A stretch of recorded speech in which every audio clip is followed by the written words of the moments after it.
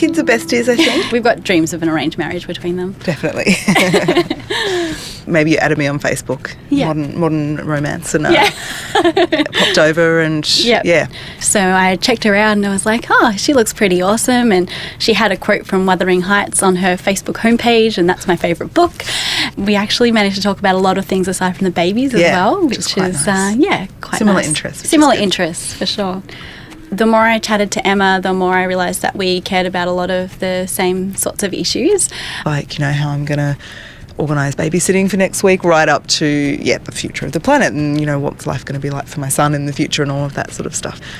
That's where it starts to feel a little bit out of your hands, I think, because you know that no matter what you do, the impact is going to be so minuscule if no one else is doing anything. I mean, I distinctly remember Maddy talking about the story of was it a glacier, I think? Yeah, it's a bit sad.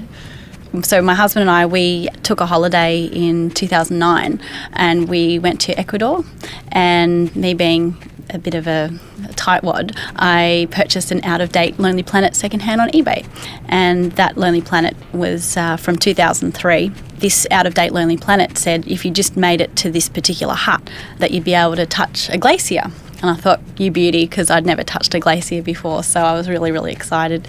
So we set off and we climbed, and there were these ferocious winds and our faces were getting sandblasted and we're getting sunburnt. Finally, we made it to this Revis hut. And I thought, great, I'm going to touch a glacier. The glacier was nowhere to be seen. And I started to look through the old Lonely Planet and I thought, this must be a mistake, or there must be two huts and we're at the first of the two of them or something like that. But lo and behold, there was only one hut. So in that short time between 2003 and 2009, the glacier had receded about 100 metres up the side of the mountain. That's climate change in action. It's not abstract, it's actually real and happening, and it's not just something in journal articles.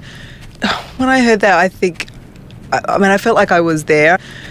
It just put things front of mind that I guess had maybe been back of mind. I think it probably got me thinking again more about what I could do.